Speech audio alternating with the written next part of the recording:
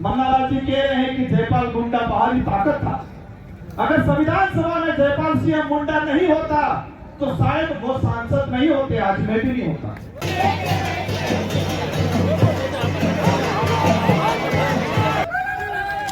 जिस व्यक्ति ने संविधान सभा में आदिवासी समुदाय के लिए 5वीं और 6वीं अनुसूची के प्रावधान करवाए, संविधान सभा की डिबेट में कहा था कि आप आदिवासियों को लोकतंत्र सिखा नहीं सकते हो, आदिवासियों से लोकतंत्र सीखने की जरूरत है आपको, ये संविधान सभा में कहा।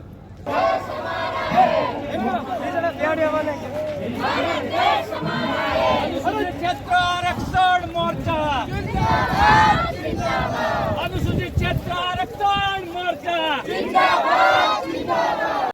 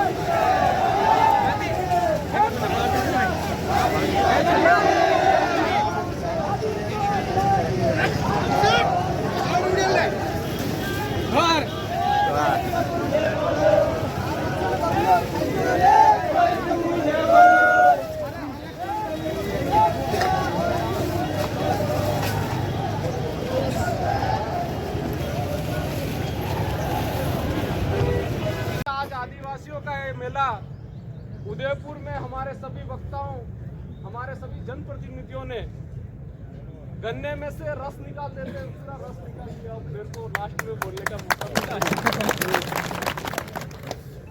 तो गन्ना तो बचा नहीं है, मैं थोड़ा उसमें नींबू पानी और नमक डाल देता हूँ, थोड़ा खट्टा मीठा हो जाता है। साथियों, हम और आप सभी इस आरक्षण महारैली या तीसरी महारैली है, मैं ये बताना चाह रहा हूँ कि हम लोग करना क्या चाह रहे हैं। आज रैली हुई, हम लोगों ने तालियां बजाई, भाषण सुने और घर जाके वापिस हो गए, तो आरक्षण मिलने वाला नहीं है। हम लोग जो ये तीसरी रैली है, इसके बाद की रैली हम अन्य जिले में करेंगे। ऐसी 4, 5, 6 जिलों में रैली करने के बाद में अगर हमको जरूरत पड़ी, सरकार, अभी हमारे नेता लोग कह रहे थे कि सरकार के कान में जूं नहीं रेंग रही है। अरे जूं रेंगने के लिए अगर जयपुर भी जाना पड़े तो हम लोग जाएंगे, तब जाके उनकी आंखें। साथियों, आरक्षण की लड़ाई कई दशकों से लड़ी जा रही है। कई संगठन हमारे, कई नेता हमारे आरक्षण की लड़ाई में, इस लड़ाई को लड़ते हुए अंतिम सांस तक चले गए। लेकिन यह लड़ाई की जीत क्यों नहीं हुई? इस जीत का नहीं होने का कारण है कि हम लोग एक समय में तो एकजुट हो जाते हैं, लेकिन लंबी लड़ाई लड़ने के लिए जो हमको एकता सूत्र में बांधना पड़ता है, वो एकता का सूत्र बांधने की जो एक मंच था, वो मंच हमको व्यवस्थित नहीं मिला। हम लोग देख रहे हैं कि 4 से 5 साल हो गए हैं आदिवासी परिवार के बैनर तले हम लोग एकजुट हुए हैं। हमारी जो पार्टियां थी, उन कांग्रेस, बीजेपी और अन्य जो पार्टियां थी, उन पार्टियों को हम छोड़कर एक जाजम पे आए हैं। हम लोग एक जाजम पे आके ये बोलना चाह रहे हैं कि आदिवासियों की कोई एक प्रमुख पार्टियां नहीं है, चाहे वो बीजेपी हो, चाहे कांग्रेस हो, चाहे बीएपी क्यों नहीं हो।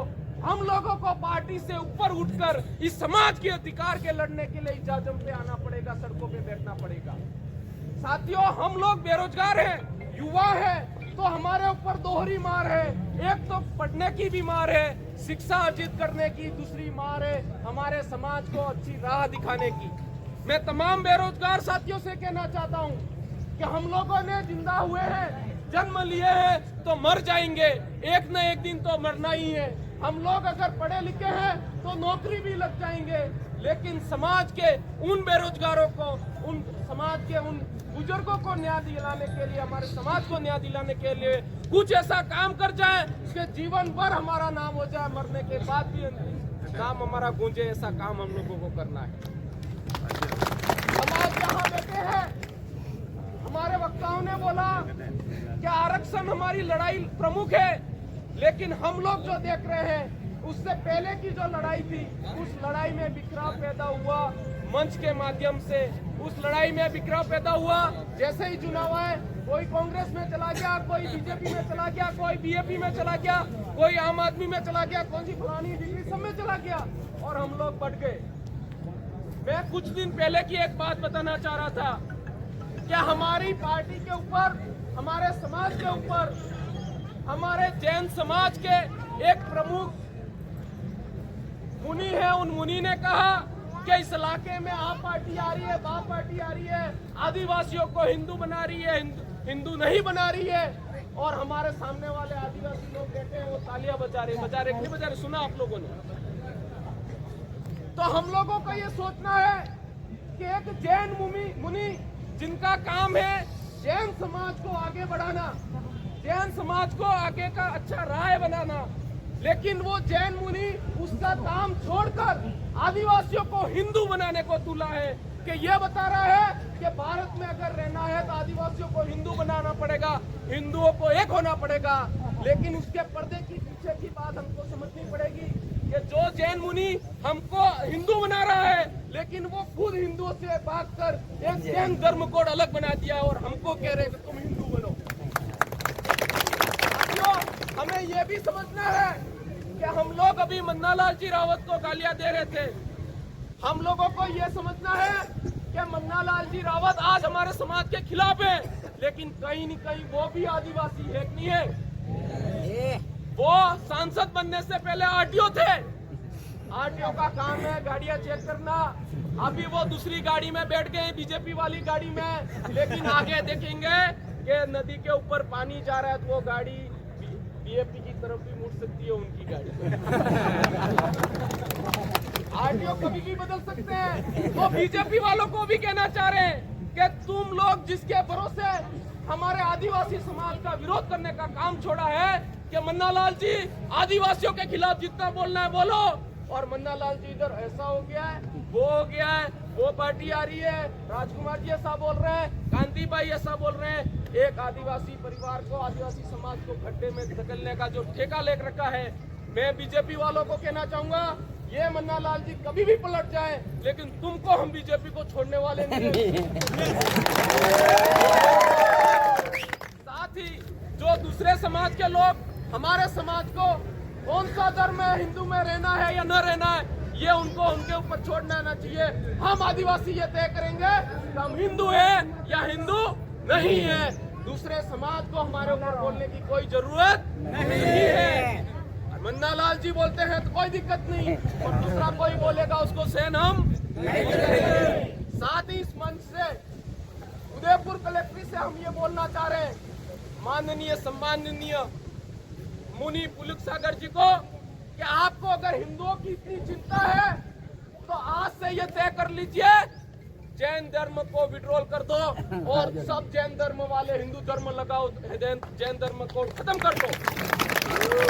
अगर ऐसा कर सकते हो तो आगे बोलो, अन्यथा हमारे आदिवासियों को हिंदू है, फलाना है, ढिकना बोलने की कोई जरूरत नहीं है।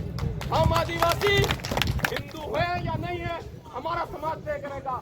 हम आदिवासी बाप पार्टी को वोट दे, कांग्रेस को दे, बीजेपी को दे, ये हम लोग तय करेंगे। तुम बड़ियों को बोलने की कोई जरूरत नहीं है हमारे।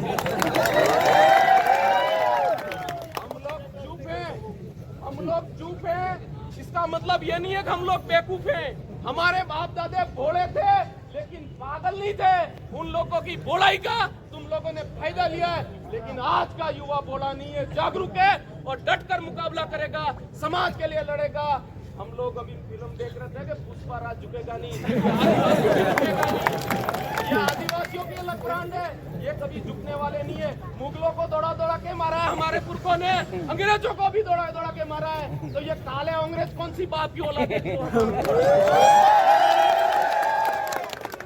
ज्यादा बात नहीं करेंगे, हम लोग आएंगे। वैसे मैं मंच पे ज्यादा वाले चलेंगे, मुझे मौका मिल गया बोल दिया, ज्यादा वो है नहीं। आप सबको बहुत बहुत जोहार, जय आदिवासी, जय जोहार, जय वीर।